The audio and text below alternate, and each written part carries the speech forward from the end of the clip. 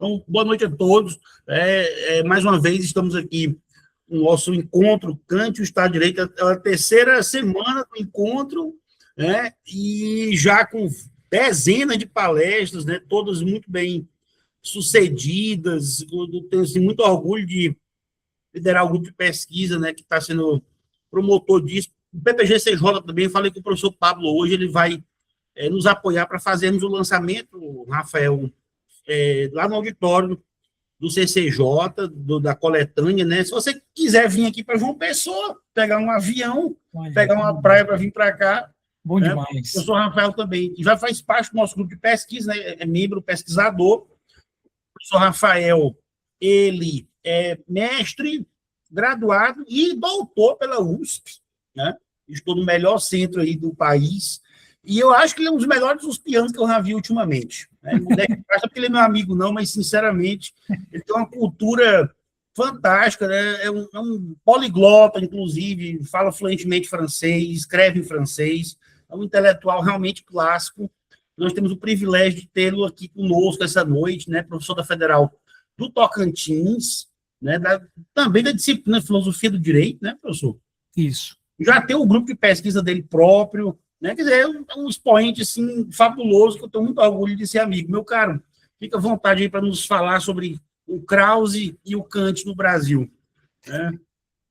Bem, novamente, então, agora oficialmente, boa noite a todos e todas. Antes de tudo, eu quero agradecer imensamente pela oportunidade de estar aqui novamente com vocês, especialmente pelo convite do professor Newton, que é um professor que eu respeito enormemente, que aprendo toda vez que tenho a honra de encontrá-lo, e eu fico muito, muito contente da gente poder fazer esses eventos conjuntamente. Então, é uma figura que eu acho que a UFPB tem que ter muito orgulho de tê-lo junto a, né, como um dos representantes da cultura jurídica nacional. Então, quero começar com essa homenagem ao professor Newton e ao grupo de pesquisa.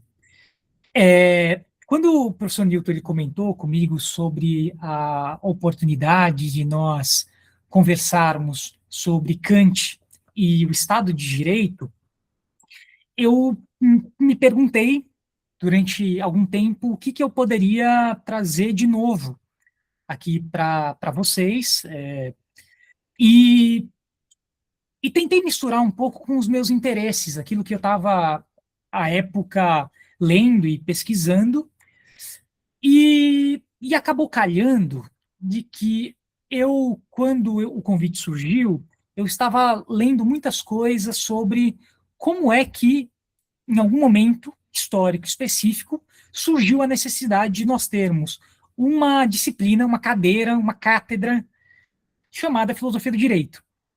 Porque, curiosamente, se a gente volta um pouco no tempo até o século XVIII, elas não existiam. Sequer o termo existia em língua portuguesa. Então, o termo em língua portuguesa surge somente no meio do século XIX. Né? E, bem, com isso na cabeça, eu comecei a ler, tentei ir atrás da forma como a filosofia do direito emerge e o porquê que ela se torna importante e como ela aparece no Brasil e no mundo em língua portuguesa. E, curiosamente, a história da filosofia do direito no Brasil, e melhor dizendo, no mundo e no Brasil, tem tudo que ver com a figura desse sujeito, que é Immanuel Kant.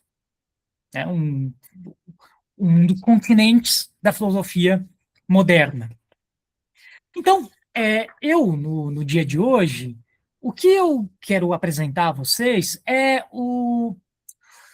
suma do meu trabalho sobre este assunto, que é um texto que vai ser publicado em breve, junto até o livro coordenado pelo professor Newton. E o texto eu chamei de O Nome, o Conceito, a Coisa, Kantismo e a Filosofia do Direito. Então, eu peço a licença que eu vou falando o texto, mas apenas para que eu não me perca muito e para que eu possa desencadear, né, caminhar enquanto que eu exponho. Qualquer questão, qualquer problema, vocês podem me interromper, que eu paro, a gente conversa melhor, mas eu espero que fique uma exposição agradável e clara para todo mundo. O texto, eu começo com uma citação da autobiografia do Hans Kelsen, conhecido por todo mundo. Ele diz o seguinte: as primeiras aulas a que assisti na Faculdade de Direito e Ciência Política da Universidade de Viena causaram-me amarga decepção.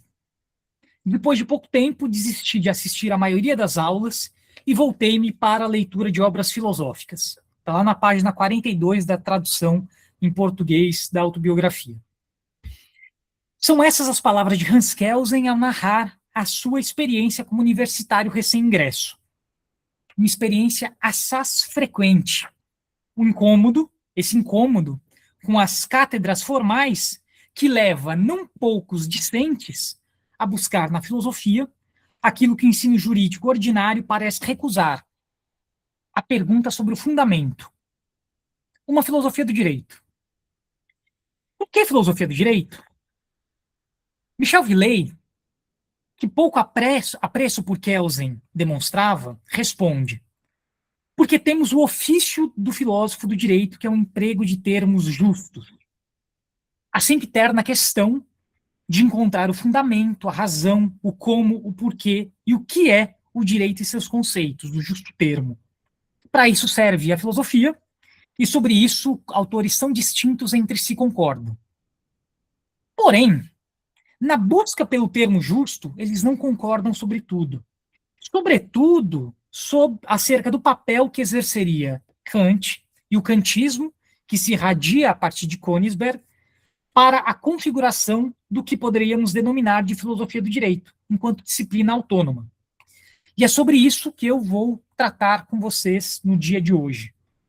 O objetivo será explorar uma vereda sugerida por um professor português de nome José Lamego, que há pouco tempo atrás publicou um belíssimo livro sobre Hans Kelsen, pela editora Contracorrente, aqui no Brasil, que é a tese de que é graças ao kantismo que devemos a configuração disciplinar da filosofia do direito.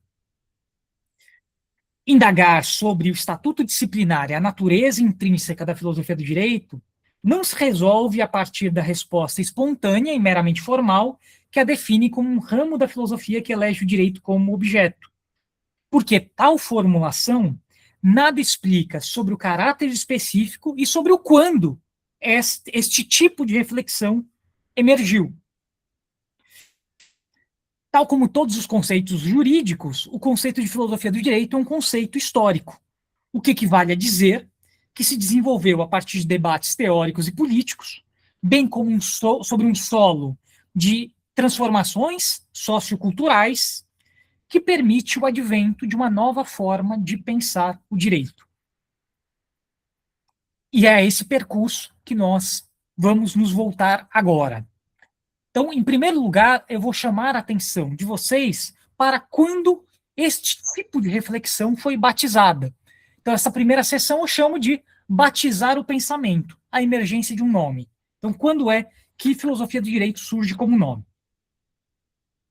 Se houver que buscar em um arco temporal específico a gênese da filosofia do direito enquanto disciplina, o seu marco delimitador se dá entre 1750 e 1850. A própria emergência conceitual da disciplina, contudo, embaralha um pouco o sentido daquilo que, por meio dela, esse termo se pretendia originalmente expressar. É ao longo do século XIX que os primeiros títulos com o nome Filosofia do Direito aparecem nas livrarias. Apesar de ter obtido a sua popularização a partir da obra de Hegel, Linhas Fundamentais da Filosofia do Direito, vou poupar vocês aqui do alemão, o primeiro texto universitário a usar tal designação foi, segundo José Lamego, muito provavelmente o de um discípulo de Kant, que também não é muito conhecido entre nós, que é um cara chamado Wilhelm Krug, que foi o sucessor de Kant na cátedra de Lógica e Metafísica na Universidade de Königsberg. E em 1800, ele publicou em Leipzig uma obra intitulada Aforismos sobre a Filosofia do Direito. Apesar de trazer essa expressão no título, Krug, ele se valia indistintamente de outras designações. Então, apesar de trazer no título Filosofia do Direito, ele utilizava de forma indiscriminada doutrina filosófica do direito, metafísica do direito, doutrina pura do direito, para dizer a mesma coisa. E é natural que aqueles que conhecem Kant sabem o quanto que essa terminologia já está presente também na obra kantiana, né?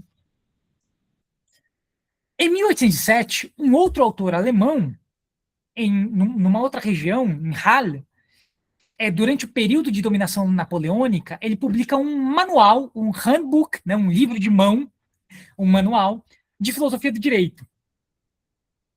Ele, também um kantiano, rejeitava, por sua vez, o ideário do liberalismo político germano do período e suas reivindicações político-jurídicas. Por exemplo, era um cara que se opunha à elaboração de uma constituição escrita e à codificação do direito civil, que eram questões muito fundamentais daquele período, né, entre napoleônico e pós-napoleônico nos estados de língua germânica. Rastrear de que maneira a expressão filosofia do direito se difundiu a partir dos alemães pelos diversos outros países europeus é uma tarefa hercúlea.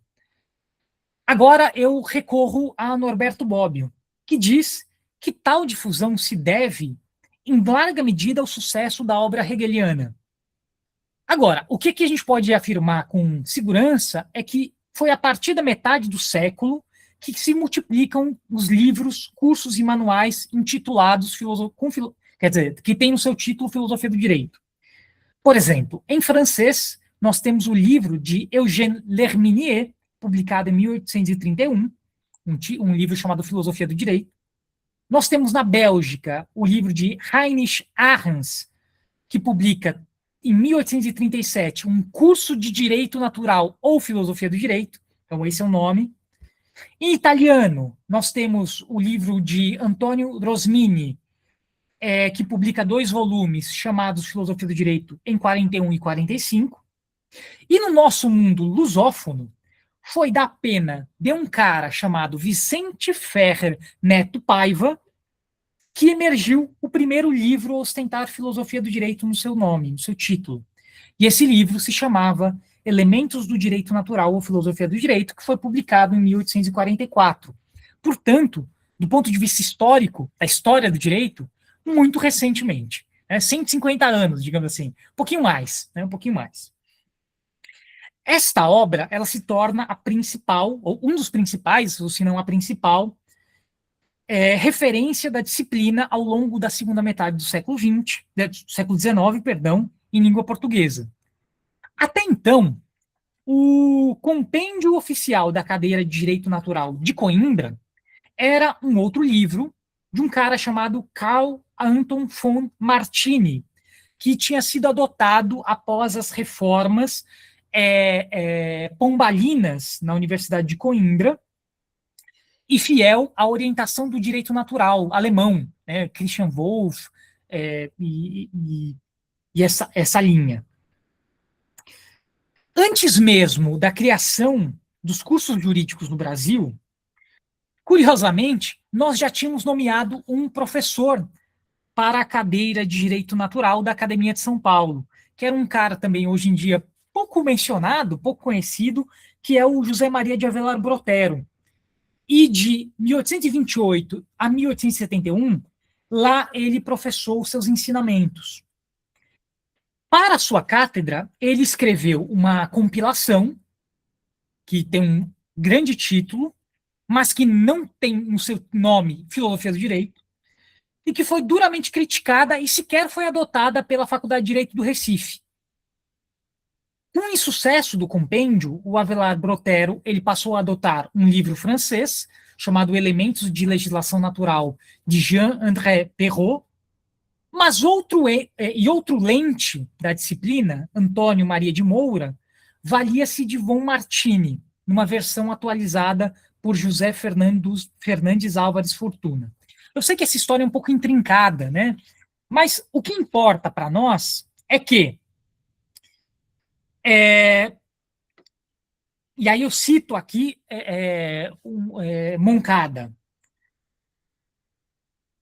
esse quadro de indefinição só se alteraria quando, no bojo da luta entre o sensualismo da filosofia moderna e a filosofia idealista e transcendente de Kant, o compêndio de Martini foi progressivamente abandonado em prol das ideias filosóficas do kantismo e do krausismo, o que foi feito pela publicação dos elementos do direito natural ou de filosofia do direito de Vicente de Ferrer. E aí, cabe, no Brasil, um cara chamado Amaral Gurgel, então, em São Paulo, uma famosa rua, hoje em dia a gente conhece por isso, que adotou pela primeira vez o livro do Vicente Ferrer e fez o nome Filosofia do Direito entrar na nossa língua nacional. E eu vou voltar a isso mais para frente quando eu for falar do krausismo em específico. Mas antes de chegar aí, eu quero que vocês retenham duas informações fundamentais.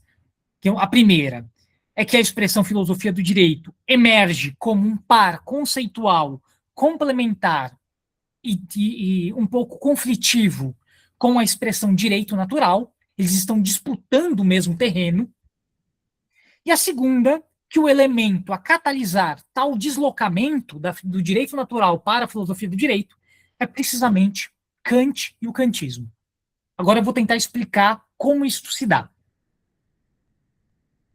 A compreensão do que a filosofia do direito veio a ser exige antes a compreensão do que ela veio a substituir ou a transformar.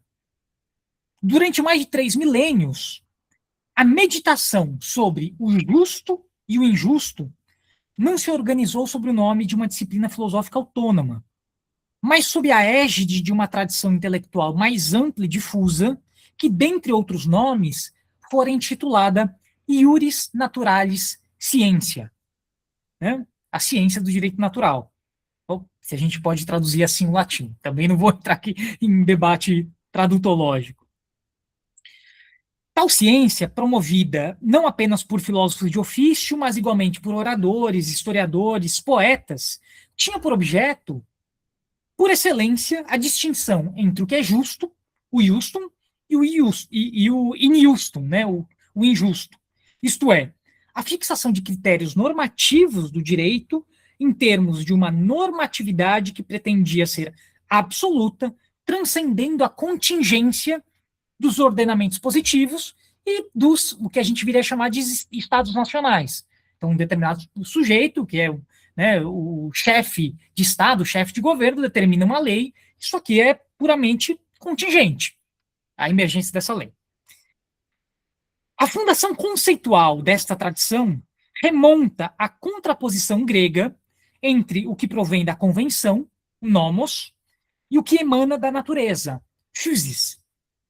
Oposição que, por assim dizer, constitui o portal conceitual de toda a reflexão subsequente sobre justiça e direito. Sob esse signo que se insere o apelo à validade de leis não escritas contra a arbitrariedade dos ordenamentos positivos, e para nós o exemplo que eu imagino que a maioria de vocês conheça é a famosa tragédia Antígona, de Sófocles, né? Bem, subjacente à cultura jurídica grega, depois romana e medieval, persiste, ainda que com importantes diferenciações, a convicção de que, para além da ordem histórica e contingente da polis, da república, do Estado, existe algo mais elevado que verdadeiramente lhe confere validade. Seja para o pensamento estoico, por exemplo, o logos spermatikos, ou a lex eterna no direito natural cristão. O que unifica essas diversas expressões históricas da filosofia, a filosofia iuris, é um pressuposto ontológico comum, partilhado com a metafísica clássica. A crença de que, para além do caráter contraditório e mutável do mundo empírico, objeto da mudança, da opinião, da doxa, reside em algum canto a unidade inteligível do ser, que pode atuar como critério avaliativo do mundo da mudança. Bem, a passagem da filosofia iuris clássica para o direito natural racionalista moderno não se dá apenas por uma mudança de conteúdo filosófico, mas especialmente por uma transformação do método. No centro dessa transformação está o que os próprios modernos denominaram mori geométrico, o modo de raciocínio demonstrativo que pretendia substituir as intermináveis disputas escolásticas pelo rigor axiomático dos elementos de Euclides. Longe de ser uma importação de físicos e astrônomos, esse modelo foi adotado precocemente pelos próprios juristas. Já em 1604, o jovem Hugo Grotius publica um livro que, enfim, o título é De Iure Praeda, e a gente não tem a tradução, que encenava a inversão do modelo da questão escolástica em direção à edificação de um sistema completo de direito natural, precedendo, com referência ao modelo euclidiano. O programa era claro. Como os matemáticos precedem qualquer demonstração pela declaração de axiomas gerais e daí as suas deduções, também o jurista deveria estabelecer regras e leis de natureza mais geral, como pressupostos prévios sobre os quais o sistema pudesse ser construído com segurança. Então, a gente assiste o nascimento da ideia do direito enquanto sistema. Lógico que eu estou sendo esquemático aqui, né? Porque nós temos importantes e grandes obras sobre o assunto.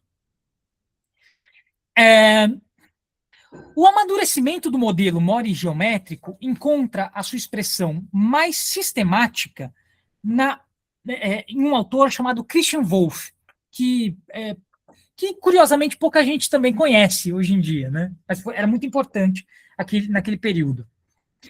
Este autor ele estabeleceu uma dualidade metodológica de importante crucial entre a cognitio filosófica e a cognitio histórica, sendo esta última definida como o simples conhecimento do fato.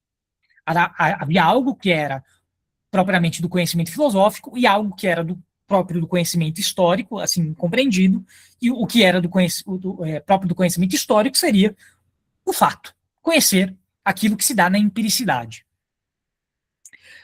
Kant, ele herda essa distinção e a radicaliza.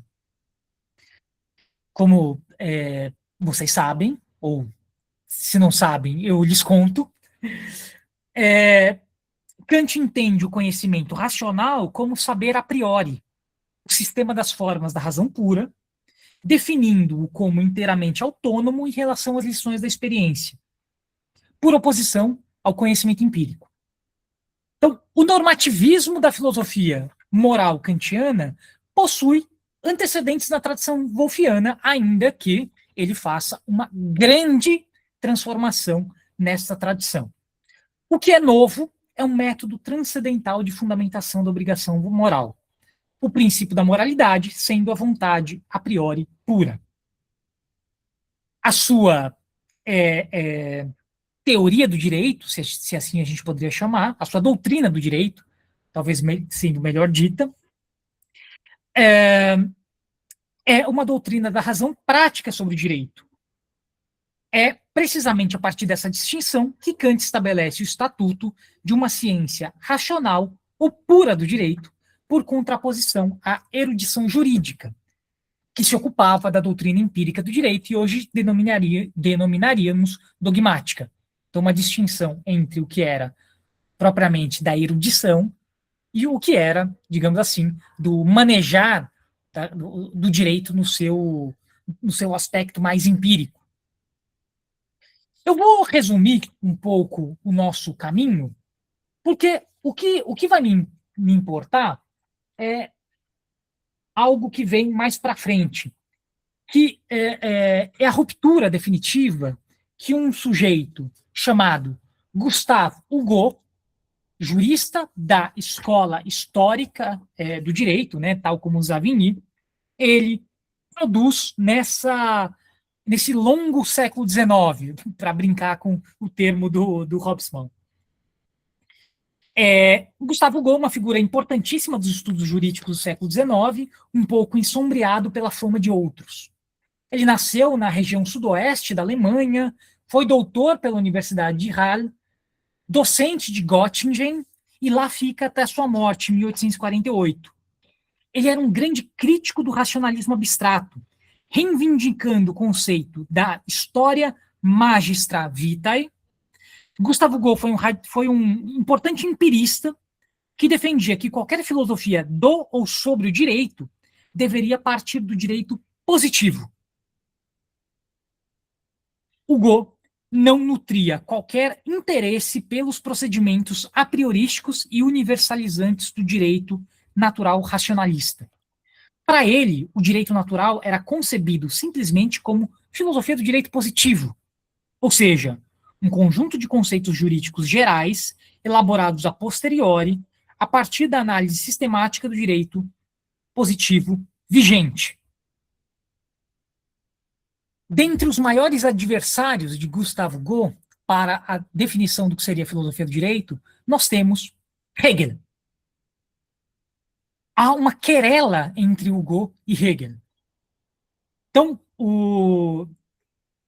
eu vou citar esse trecho do Lamego porque é muito interessante, que diz o seguinte: na sua recensão às linhas fundamentais da filosofia do direito de Hegel, o Gau tinha causado um profundo mal-estar entre os filósofos, porque o Gau aconselhava Hegel a ler alguns livros de direito caso pretendesse ficar a conhecer alguma coisa sobre a matéria. Porque dizia ele que Hegel era um excelente filósofo. Só que falar algo sobre direito talvez fosse demais, porque ele simplesmente não sabia nada sobre direito. Né? Enquanto que Hegel respondia dizendo que o procedimento para o Gau era o contrário. Ele deveria falar de direito e não de filosofia, porque de filosofia ele nada sabia. Esta querela não é, senão, a expressão mais viva de uma tensão que atravessa a filosofia do direito desde a sua configuração originária. A tensão entre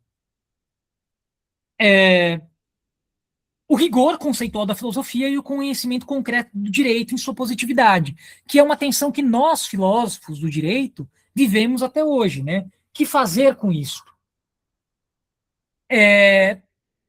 Mas o que eu quero apontar aqui é que nós temos aí uma trajetória do pensamento jurídico alemão, que Kant é uma figura principal, porque ele faz a transição entre direito natural racionalista e Gustavo Gau e Hegel, especialmente pelo fato de que, enquanto a tradição justnaturalista ela era construtiva do direito, enquanto avaliador da positividade, esse kantismo que emergerá trará uma dimensão reflexiva. Então, é refletir sobre a facticidade histórica do direito. E, se for para julgá-lo, julgá-lo a partir de princípios filosóficos. Né? Então, aí a gente tem aqueles dois campos da cognício filosófica e cognício histórica wolffiana ainda bastante presente aqui. Então, não é casual que a filosofia do direito se consolide precisamente no contexto da querela alemã da codificação, personificada entre um cara chamado Thibaut e o Savigny. Todo mundo, pelo menos, pode ter tido interesse alguma vez de ler o famoso livro do Savigny, que eu até estou com ele aqui do meu lado, que diz sobre a vocação do nosso século para a legislação e para a ciência do direito. Né? Então, que está aí debatendo com aqueles que queriam um projeto codificado para a Alemanha. É como se a disciplina precisasse erigir uma instância crítica, um tribunal da razão, no exato momento em que a prática jurídica arriscava se reduzir à pura positividade estatal, aquilo que todo e qualquer professor de filosofia do direito já sofreu, né? Para que eu vou estudar isso se eu posso simplesmente ler o código? Aí você precisa dizer, calma, que o código muda, que o direito tem conceitos mutáveis, os conceitos são formados pela história, pelo debate, o direito tem valores, né? Para puxar um pouco para a teoria dos valores jurídicos. O que importa é que a filosofia do direito, ao se consolidar, Cumpre assim o desígnio de se tornar uma disciplina de natureza filosófica, cujo horizonte conceitual é condicionado em larga medida pelo sistema kantiano. É nesse sentido que se pode afirmar com Lamego que devemos ao kantismo a configuração disciplinar da filosofia do direito.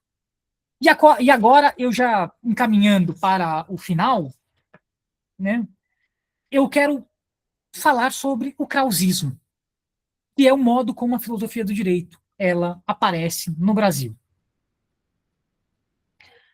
Bem, a filosofia do direito, ela, ao se consolidar como disciplina, ela não se faz com um perfil unitário. O kantismo fornece o solo conceitual sobre a qual a nova disciplina se ergue, mas não determina um único caminho. Antes, abre uma encruzilhada. No mundo lusófono e no Brasil, a vertente crítico-valorativa da filosofia do direito é fundada na autonomia da razão prática, no dever ser kantiano, né, o Sollen, encontra um desdobramento ético-racionalista alternativo, tanto ao idealismo absoluto, quanto ao positivismo formalista, a corrente denominada krausismo. Krausismo, corrente jurídica hoje muito obnubilada, né, esquecida, obscurecida, é o nome de uma corrente filosófica que, em sentido amplo ou estrito, segue os ensinamentos de Karl Christian Friedrich Krause, nascido em 1781 e falecido em 1832. É uma vida relativamente curta, né? 53 anos. Aliás, 51 anos. Krause nasceu no Ducado de Saxônia, Gotha-Altenburg, é filho de um pastor protestante, cursou seus primeiros anos em escolas claustrais, em Dondorf e Altenburgo, antes de ingressar como estudante de teologia na Universidade de Jena. Então, essa formação em teologia é muito curiosa, porque muitos dos autores desse período têm essa formação inicial teológica, né? Bem, eu vou poupar um pouco aqui a história biográfica dele, porque o que importa para nós é que, em vida, Krause ele nunca teve, digamos assim, discípulos, nunca teve muitos herdeiros. Só que quando ele morre, por razões um pouco curiosas, que eu vou mencionar aqui para vocês daqui a pouco, isso se transforma. Então, o Krause ele se insere declaradamente entre os pensadores alemães que, na sequência do desaparecimento, da morte de Kant, se arrogam a qualidade de seus únicos herdeiros e continuadores. Ocorre, porém, como é recorrente entre os herdeiros pós-kantianos desse período, que a dificuldade apresentada pela separação kantiana entre fenômeno e coisa em si, né, Phänomenon e das Ding, né, enfim, sei lá, acaba por impelir cada um deles a elaboração de um sistema filosófico autônomo, distinto, portanto, daquele que pretendiam apenas continuar. Também Krause acaba por elaborar o seu sistema, que designará como sendo um realismo unitário superior. O sistema filosófico elaborado por este pensador busca uma síntese entre idealismo e racionalismo ético, propondo uma terceira via, um racionalismo harmônico. E nesse racionalismo harmônico, de base panenteísta, o mundo é concebido como, cito, um conjunto ou sociedade de seres finitos que se desenvolve numa tendência infinita para o bem no seio da infinitude divina. Veja o peso teológico deste sistema, né? Transposta para o campo jurídico, essa visão resultava numa concepção teleológica do direito. Se o homem é um ser que vive em uniões, e se a sua convivência com outros no mundo requer formas de ordenação que a disciplinem, é a enunciação dessas formas de disciplina que a sua filosofia do direito se dedicará. O direito não é, portanto, a positivação normativa produzida pelo poder, mas sim um conjunto harmonioso de princípios de justiça que, em última análise, se confunde com o bem soberano e divino, com Deus, em última análise.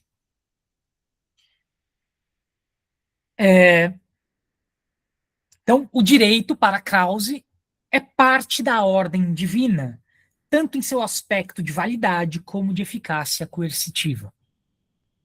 O caminho da difusão de Krause em diversos contextos periféricos, como o nosso, se dá por meio de seus discípulos, em especial um sujeito belga, que a gente já mencionou, chamado Heinrich Arns.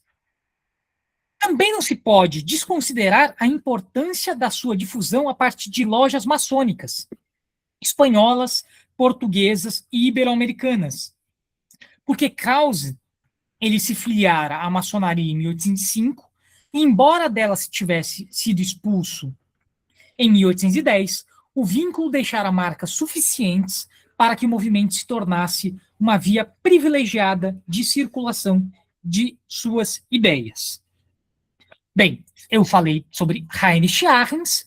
Esse autor, ele era professor da Universidade Livre de Bruxelas e parece ter sido a partir dos seus ensinamentos que nós entramos em contato com o Krause. Porque, primeiro, porque o francês era mais acessível aos professores coimbrãs da época, e também justamente por esta conexão entre as redes maçônicas, né? Então, essa mesma trama institucional que sustentava a Cátedra de Arns na Universidade Livre de Bruxelas. Tem uma história da Universidade Livre de Bruxelas que ela foi produzida, criada em contraposição à Universidade Católica de Louvain, e boa parte deste apoio se dera pela maçonaria. Bem, em língua portuguesa, o krausismo ele surge ao mesmo tempo que a expressão filosofia do direito, como eu mencionei agora há pouco. É o seu irmão gemelar.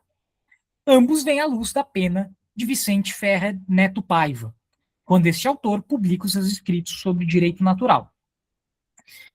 O Neto Paiva, ele é um jusfilósofo, nascido em Freixo, na Beira Portuguesa, estudou em Coimbra, latim, depois direito, passa a frequentar a Faculdade de Cânones em 1817, e em 1821 conclui o 6º ano e obtém o seu doutoramento. É um liberal em suas convicções. E, naturalmente, vocês que conhecem bem a história sabem a importância do liberalismo justamente neste período. Então, enfim, a Revolução Liberal do Porto, a separação do Brasil na independência, a criação das nossas faculdades de direito. Bem, o que importa para nós é que o Neto Paiva, como ele está envolvido nesse contexto, ele entra como professor na Universidade de Coimbra e logo é demitido pelo governo miguelista, para somente após a Guerra Civil voltar a recuperar a Cátedra de Direito Natural, depois de quase 10 anos, em 1834, ou mais de 10 anos. E por lá, por 10 anos, foi professor de Direito Natural, utilizando-se daquele compêndio que eu mencionei a vocês, de Font-Martini. Lógico que atualizando quando ele considerava necessário. Até que, em 1844, ele, como muitas vezes no Brasil se faz, ele passou a buscar novidades, uma intenção novidadeira. Deixa eu ver o que o mundo lá de fora, né, afinal, enfim, não se faz filosofia em português, né? Imagina, filosofia do direito ainda mais. Deixa eu ver o que os alemães estão fazendo. Deixa eu ver o que eles estão produzindo, os belgas. E ele encontra no krausismo, por meio de Arns, uma nova doutrina, cujos princípios centrais adotaria e difundiria. No Brasil, como também já mencionei a vocês, Amaral Gurgel passa a adotar o livro produzido pelo Vicente Ferrer Neto Paiva, que tinha ido buscar nos belgas que tinham lido Krause, passa a adotar esse livro na Faculdade de Direito de São Paulo. O Brasil, então, tem um curioso kantismo que é o krausismo brasileiro. Melhor seria dizer que ele aparece como uma forma moderada de kantismo, capaz de temperar um kantismo mais, digamos assim, hardcore, de figuras, hoje também um pouco esquecidas, injustamente, como Silvestre Pinheiro Ferreira e o Padre Feijó, Diogo Feijó. Muito provavelmente este último, Diogo Feijó, o primeiro a acolher a inovação de Kant no Brasil. Normalmente a gente aprende sobre o Padre Feijó naquelas nas rebeliões, né, regenciais. Então, no Brasil, nós temos um liberalismo feito para moderar este kantismo aguerrido dos liberais que querem, né, mudanças no período regencial. Cito Miguel Reale. O krausismo encantava pela aparente conciliação das doutrinas, e não menos pela aptidão de oferecer ao liberalismo brasileiro uma forma moderada e filosoficamente respeitável. Isso fica bem ilustrado pelo diálogo entre o professor Amaral Gurgel, né, o Lente Amaral Gurgel, e um estudante liberal chamado Francisco Otaviano, que depois se tornará um político renomado, e é relatado pelo Spencer Van Pré num livro clássico sobre a Faculdade de Direito do Largo São Francisco, que também é citado pelo Antônio Paim, no seu estudo sobre o krausismo.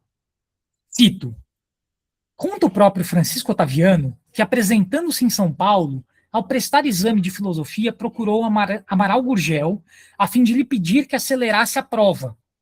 E o Amaral Gurgel pergunta a ele: que filosofia sabe? Responde Otaviano: a de Kant, com a intrepidez dos moços.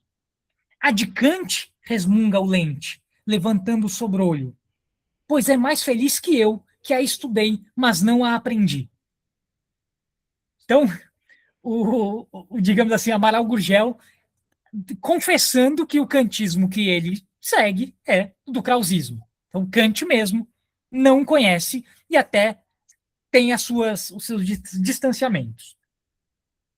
Um segundo momento do krausismo no Brasil deu-se a partir das figuras de Galvão Bueno, né, que não é o narrador, é o lá de trás, professor de filosofia do curso anexo da Faculdade de Direito de São Paulo, e João Teodoro Xavier de Matos, professor da Academia de São Paulo e regente da Cátedra de Direito Natural entre 1870 e 1878. João Teodoro introduziu no pensamento jurídico brasileiro uma tripartição disciplinar característica do krausismo. A filosofia do direito se dividia em história do direito, direito positivo e política. No seu caso, essa estrutura se inclinava para uma perspectiva socialista, voltada à justiça social, ao filantropismo de solidariedade humana, diferenciando dos krausistas espanhóis, portugueses e ibero-americanos diversos, que até então possuíam uma orientação mais liberal democrática. Eu não vou, por aqui, por óbvio, explorar os meandros do pensamento desses autores, apenas menciono porque acho curioso e interessante, ainda mais para nós, né, professor, que dizíamos no começo que todos somos acusados de esquerdismo, aí a defesa talvez seja, olha, isso já existia em 1870, e já tinha lá o Xavier de Matos, que era efetivamente um krausista socialista. Então, o que importa para os fins aqui propostos é que este percurso ilustra com precisão a tese central.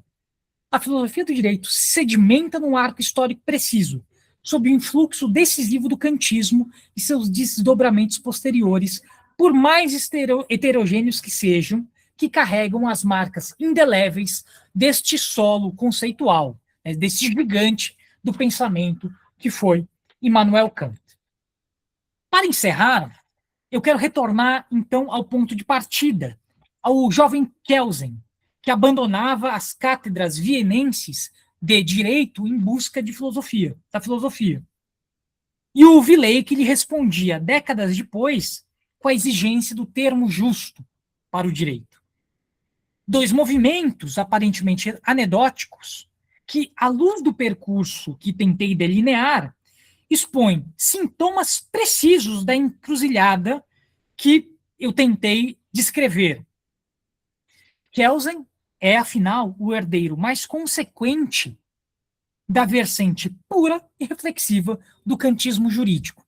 É claro que, no final, nós temos a discussão se, por acaso, ele mudou no final ou não, mas, ainda assim, o seu projeto inicial, da sua teoria pura do direito, é, em larga medida, a forma mais bem desenvolvida que esta teoria do direito de matriz kantiana tomou no século XIX para XX.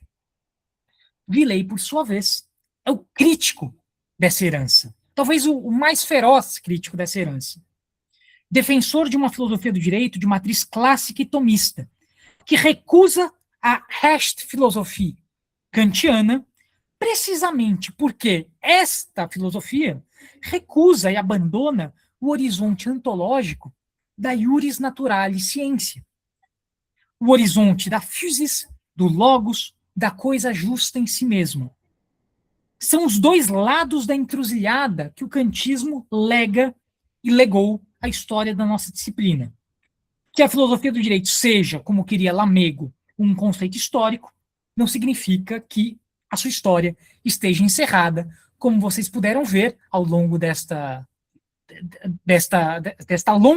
longas semanas de seminário com o professor Newton e com os demais colegas. É isso. Obrigado. Obrigado, professor Newton, pela oportunidade. Estou aqui aberto para que possamos conversar.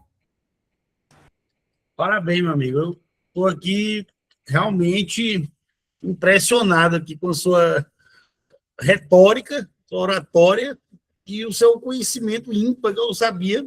Eu acho que é um excelente fechamento, depois de 3 semanas de um encontro multifacetado em Kant, né, que tem sido elogiado por muita gente. O professor Pablo já nos convidou, como eu disse no início, para a gente lançar o livro no CCJ e no PPG-CJ, fisicamente, quando sair, no próximo mês.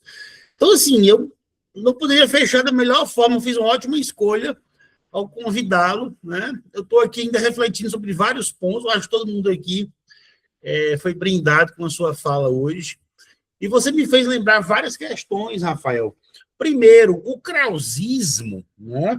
Ele vem de uma matriz espanhola para nós aqui no mundo ibérico, né? E exatamente a perspectiva da relação entre... Você vê o que é a língua, né? Você colocou muito bem a origem. Como os portugueses tinham dificuldade com o alemão, eles foram ler a filosofia do direito, que mais se parecia com Kant, que era do Krause na época, porque era traduzido para o francês, né? Via Bélgica, né?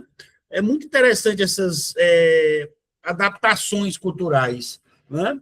E aí, por exemplo, eu lembro aqui dos prefácios e estudos introdutórios, tem um deles que é o do Sanz del Rio, que é reitor da Universidade de Madrid, quando ele prefacia o livro dos irmãos Humboldt, né? O Fim do Estado, né? Que é baseado na obra do Kant. Aí ele faz um contexto em que ele junta tudo, ele junta a filosofia política com a filosofia jurídica. Aí ele lembra, né, que o Krause, na Alemanha, na verdade, ele é uma espécie de dissidente, né? Porque ele era um kantiano, mas nunca foi bem aceito pelos kantianos, né? Ao mesmo tempo, ele ataca Hegel, mas na metafísica que ele julga atacar também tem elementos hegelianos, que é essa união entre o particular e o geral. Isso aí parece muito mais Hegel do que Kant, no sentido de uma marcha metafísica da ontologia na história, né? Seja isso aí chamado de Deus ou de Logos, enfim, né? Depois a gente poderia até retomar alguns pontos da epistemologia krausista, pode ser interessante. Mas o que fica mesmo é como confessou aí o Amaral Gurgel.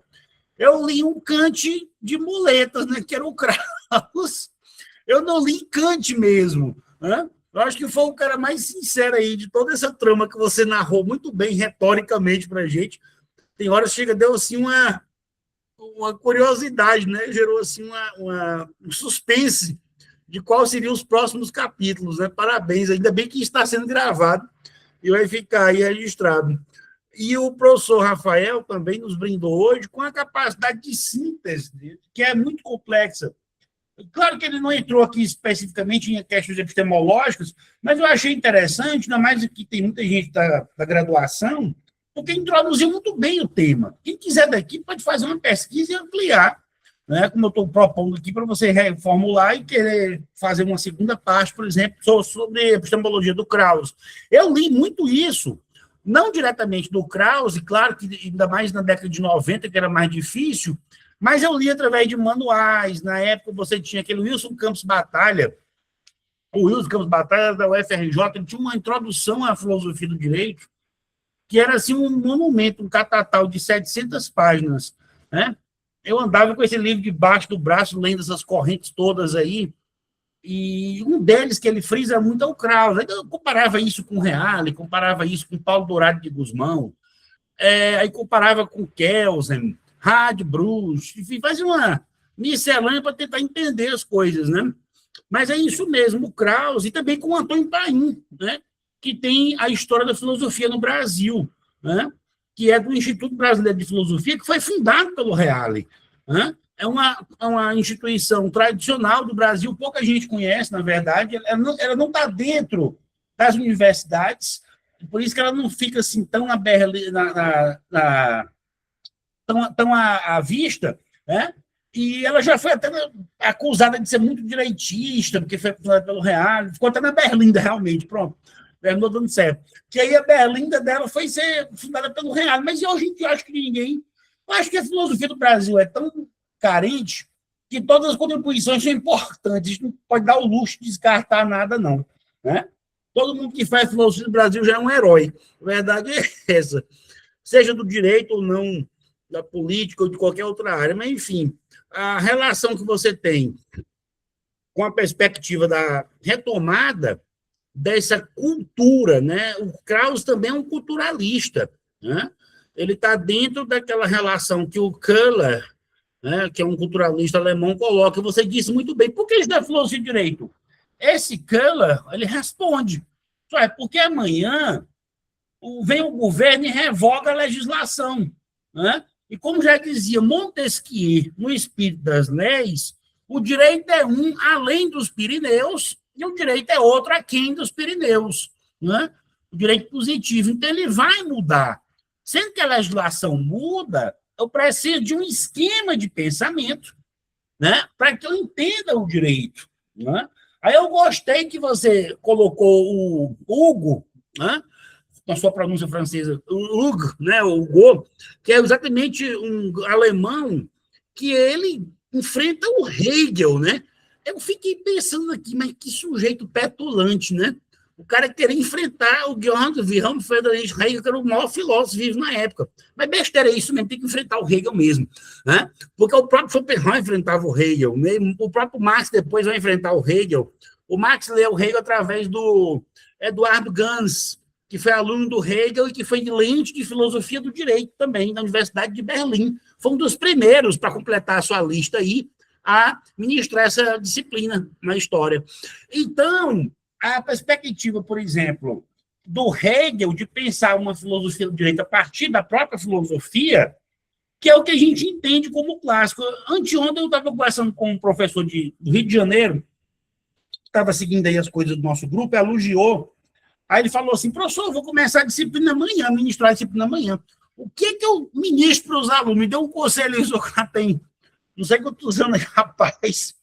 É uma responsabilidade de aconselhar alguém, né? Agora, eu falei para ele que, geralmente, às vezes eu mudo, né? Como estou mudando esse ano, eu falo um pouco de Platão, Aristóteles, que é a base, né? Aí depois eu vou para a modernidade, né? E depois é que eu entro, às vezes, na filosofia de direito em si mesma, né? Que é do Dworkin, Radbruch, Kelsen, Hart, enfim, da tradição própria e próxima da filosofia do direito. Agora, o que é interessante é que ele colocou assim, exatamente essa perspectiva. Mas existe uma tradição própria da filosofia do direito, a filosofia do direito sempre depende da filosofia. Não, existem duas coisas. Você pode ler com Aristóteles, Platão e Kant e Hegel princípios universais do qual o direito deriva, dos quais o direito deriva, ou então você pode tentar encontrar uma filosofia do direito mais metodológica, só que ela é muito recente, não é? Você vê que o próprio Krause aí, ele ainda está muito emaranhado com essa crítica do Hegel e tentando adotar princípios kantianos. Aí depois é que vem né, essa estrutura de pensamento, que o Kelsen talvez seja um inaugurador, de pensar um direito a partir de si mesmo, né, de categorias próprias, né, que ele chama de normativismo, em oposição ao positivismo sociológico, que para ele era sociologia pura. Né? Nada mais é do que direito interpretado de acordo com os princípios do positivismo, e o que ele estava corretíssimo. Né? Como eu estava dizendo pela manhã, o Hart e o Kelsen já são praticamente pós-positivistas. Se eu entender que o positivismo é do século XIX, do Augusto Comte, né, do Littré, que é um que vai influenciar a forma pela qual o positivismo chega no Brasil, Émile Littré, que é um baita acadêmico francês, né, aqueles acadêmicos que falam várias línguas, que têm um conhecimento dito assim, universal, mas que era um positivista quase fideísta. Né? Era um cara que ele era capaz de matar se alguém chamasse o Augusto Comte pelo menos de feio. Né? Então, assim, é verdade. E aí, é esse pessoal que influencia o Brasil e o nosso amigo, como a gente comentava ontem na palestra do Henrique, que é o Benjamin Constant, que é o pai, né, da República Brasileira, o pai intelectual. Né? Como disse o Henrique ontem, muito bem colocado, é o cara que coloca o lema Ordem e Progresso na nossa bandeira, né? Que é um professor de engenharia da Escola Politécnica do Rio de Janeiro, né? Que é uma das nossas primeiras faculdades superiores. Né? É um matemático, na verdade. O positivismo no Brasil é muito forte. E é por isso que vocês têm que entender que ainda hoje você estuda muita matemática no Brasil. Né? Por causa da influência do positivismo. Né? A gente estuda uma matemática aqui muito abstrata, que a gente nunca mais vai utilizar na vida, mas a gente estuda. Né? Para passar no vestibular, para quem quiser fazer o curso de engenharia. O meu irmão mesmo, que se graduou em ciência da computação, metade do curso que ele estudou na Federal foi só matemática. Né? Aí a sorte dele é que ele era filho de matemático, né? O papai é matemático também. Então, pelo menos estava no DNA, se deu bem. Mas para quem não tem tanta facilidade com a matemática, a ideia é complicada. Né? De você entender cálculos abstratos, fórmulas geométricas, tal. Mas é isso, eu acho que a filosofia do direito ela precisa das contribuições históricas. O neocantismo do Krause, que enfrenta a metafísica do Hegel e que está dentro desse movimento neocantiano com um braço latino muito forte, hispânico, português e brasileiro, ele influencia a escola do Recife, por demais, né? Eu até pensei que tu fosse falar um pouco mais da escola do Recife, em alguns prosélitos dela, mas não foi o caso. Né? Mas tem muita gente lá que foi influenciada pelo Krause, assim como o Haeckel, né? Pelo Littré, como eu falei, a perspectiva de você pensar, né, com o Tobias Barreto uma espécie de positivismo mais eclético. O ecletismo também sempre marcou a filosofia do Brasil. Você falou de nomes históricos, como Silvestre Pinheiro Ferreira, que é um grande filósofo brasileiro, né, que é um dos primeiros, que pode ser chamado de filósofo no Brasil, realmente. Não era padre, era um filósofo leigo, laico. Enfim, era um grande pensador, mas também considerado ecletista, como diz o próprio Antônio Paim, baseando aqui no Antônio Paim, né, na história da filosofia no Brasil. Ainda é um livro assim, monumental para a nossa, né, recordação do que é a filosofia pátria. Mas é isso, eu acho que o professor Rafael lançou as bases aqui muito bem construídas de várias temáticas de pesquisa em história do direito e em filosofia do direito, que são úteis, né, para a gente entender a recepção da herança kantiana no Brasil. Né? Lembrou o padre Feijó também, exatamente, o padre Feijó foi regente, né, e ele foi um dos mais incisivos regentes antes de Dom Pedro II assumir, e ele debelou, né, várias dessas revoltas aí históricas com mão de ferro, né? Ele foi considerado um regente duro, né? Um regente bem kantiano, no sentido de aplicar os princípios de defender o Estado e ser contra as rebeliões, olha aí. Né? Tem tudo a ver com Kant, esse combate às revoluções. Né? Aí, quem quiser criticar, fica à vontade. Está vendo aí como Kant é conservador, né? Bem, se você entender que isso é ser conservador, combater revoltas armadas, né, que visam destabilizar o governo, é uma opção de interpretação. Assim como a gente combateu agora a tentativa de golpe também. A nossa trajetória sempre foi essa, né? De manter o Estado unido e rígido, né? É por isso que se manteve de pé até hoje o Brasil, depois de 500 anos, não fracionou o território, né? A única coisa que a gente perdeu foi o Uruguai, mas a gente ganhou aí o Acre, né? O Barão do Rio Branco é um excelente diplomata, né? E vencemos a guerra do Paraguai, que invadiu injustamente, sem declaração de guerra, o Mato Grosso, né? Eu estou com medo do Paraguai agora querer dar o troco e deixar as tropas americanas passar de lá para cá. Mas eles não são doidos, não. Mas é isso.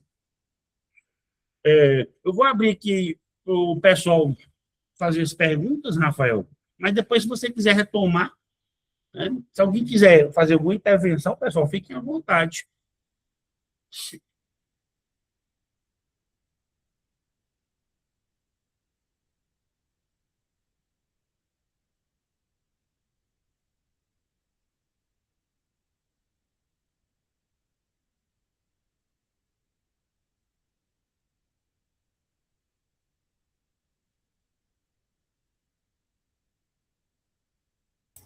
Bem, se a gente não tiver, então, ninguém querendo fazer nenhuma intervenção,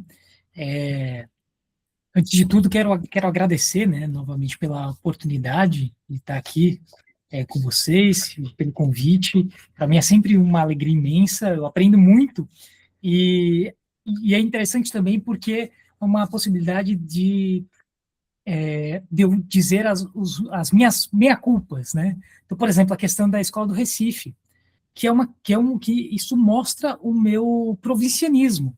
No fundo, eu preciso conhecer melhor a Escola do Recife.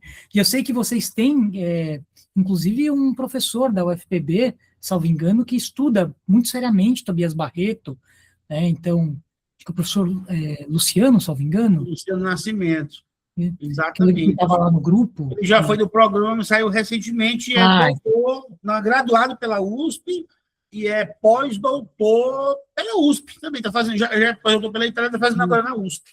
Nosso amicíssimo nosso aqui, Olha, o professor Tiago, que falou já na palestra sobre Kant e Fleicaneca, foi orientando dele, né? O professor Luciano, realmente, ele tem todo um trabalho sobre a escola do Recife e sobre também o Tobias Barreto, especificamente. Puxa, muito interessante. Eu acompanho, às vezes, as postagens, e, no fundo, é aquela coisa, né? A gente fica um pouco no limite de falar sobre o que conhecemos, mas, ao mesmo tempo, querer conhecer para além, né? E, então, eu vou pegar esta vereda e preciso conhecer mais esta via aí, kantiana, ou krausista, né, da Escola do Recife. Eu já vou apropriar para mim, para, quem sabe, pensar em futuras outras intervenções. Mas eu acho que uma coisa legal, e que eu tento sempre bater muito com os meus alunos, é que é importante a gente pensar o direito enquanto fenômeno histórico, né? Então, os conceitos do direito, eles emergem na história, em debates que normalmente são ideológicos, são políticos, e que somente numa fase posterior eles se tornam, digamos assim, consensuais. Então, fazem parte de um certo senso comum de todos os profissionais do direito. É claro que, por exemplo, conceitos como o direito subjetivo, que tem uma emergência bastante precisa no século XIX, ou conceitos como vontade, então, coisas que estão sendo gestadas aí, né, nesse século XIX. E fazer esses retornos e esta busca pela erudição a partir da filosofia do direito, acho que permite que nós entendamos que o direito ele não é só essa positividade, né? Então, se eu puder contar uma anedota, que é o meu caso, eu estava no quarto ou quinto ano da faculdade e eu fui fazer meu intercâmbio. Passei um tempo lá, né, na França, voltei. Quando eu voltei, o Código de Processo Civil já estava mudando, e quando eu fui fazer minha prova de ordem, tudo aquilo que eu tinha estudado no Código de Processo Civil foi-se embora. Foi-se embora. E, no fundo, se a gente aprende somente a partir da positividade do código, não tinha aprendido nada, né, no fundo. E E mesmo o código, lá de 70, tinha sido produzido a partir da processualística italiana. Então, talvez, se a gente tivesse aprendido o que esses caras estavam pensando, ficaria mais simples nós entendermos o porquê que as escolhas das fontes escritas diretas terem sido de tal maneira e não de outra. Mas, infelizmente, eu acho que nós ficamos às vezes, falando para o vazio. Então, é muito bom encontrar pessoas que pensam como a gente e que a gente possa, né, sair por aí bradando a importância da teoria para o direito, da teoria do direito para o direito. Então, agradeço muito, professor Newton. Eu sempre aprendo muito contigo e para mim é uma honra imensa estar aqui com você. É isso, eu que aprendo com você, rapaz, é o contrário. Olha o Flávio aí, que é nosso orientando, dizendo que o direito tributário que ele usa no AB já foi para o espaço. Pois é, tá vendo? Pois é. Não, e aí... Não entende a importância da filosofia do direito. Exato, né? Mas se ler Geraldo Ataliba, Fundamentos até nem me lembro, Hipótese de Incidência Tributária, aquilo ali permanece vivo, né? Então, o Geraldo Ataliba é um monstro sagrado do direito brasileiro, né? Aí sim, você falou de um grande jurista dogmático. Claro, eu jamais farei qualquer apologia da desimportância da dogmática, né? Eu fiz curso de Direito e gostei muito do dogmático, obviamente, não teria terminado o curso, né? Enfim, a ideia do direito dogmático, com suas grandes obras referenciais, nós temos grandes dogmáticos no Brasil, né? No direito civil, no processo penal, Nelson Hungria, Francisco Campos, né? O próprio Miguel Reale no direito civil, né? Pontes de Miranda no direito constitucional, os comentários das constituições, nossa, tanta gente interessante, Lopes, né, Machado lá no processo civil, lá no Paulista, no início do século, Marquês de São Vicente, né, do direito constitucional, é nosso primeiro grande constitucionalista, enfim, Brotero, você lembrou do Brotero? Eu tenho ele, eu tenho um livro dele aqui, já li, é muito interessante, é um manual, digamos assim, de filosofia do direito, né? Pequeno, você lê em uma hora você lê tudo aquilo se você se concentrar, muito interessante, tem conceitos fundamentais para a época, claro, nem de longe ele aborda questões que a gente aborda hoje com mais amplitude e profundidade, e outro que também eu queria lembrar, quando você estava falando, que é o Tomás Antônio Gonzaga, Rafael, né? Que escreveu um tratado de direito natural, né, que é um mineiro que participou da Inconfidência Mineira, né? Eu até sugeri para o professor Tiago Leite, que está falando sobre Kant e Frei Caneca e o iluminismo no Brasil, que eu citasse, né? Ele acatou minha sugestão, porque é um cara assim que também leu, né? Ele é anterior ao Krause, né? Ele leu esses alemães todos e tal, e aí ele realmente compôs um tratado muito interessante, aí bem maior do que o do Brotero, viu?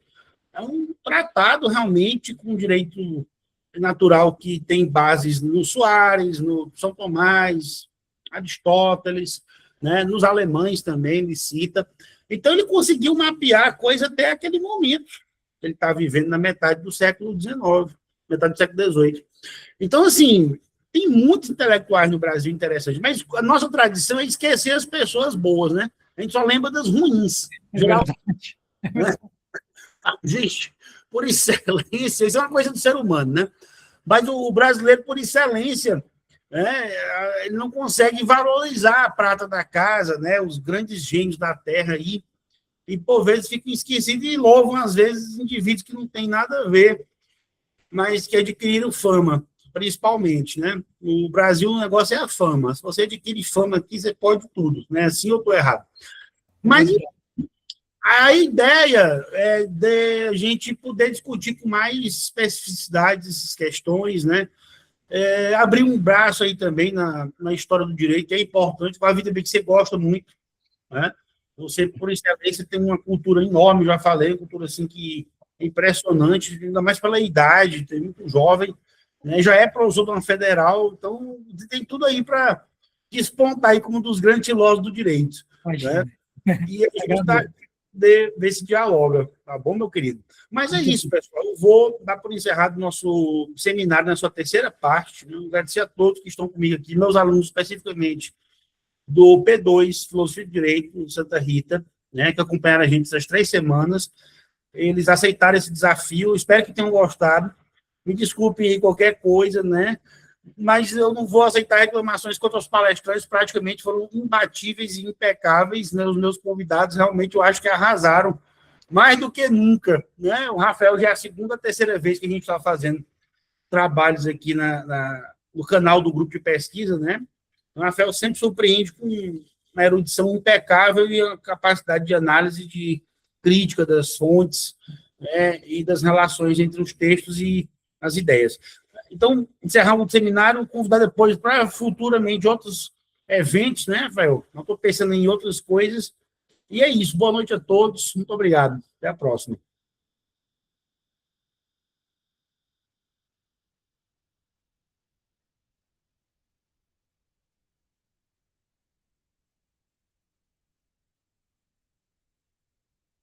Não esqueçam de colocar o nome no chat. Quem não colocou, não dá tempo aí rapidinho para a gente aferir a frequência e gerar o certificado, né?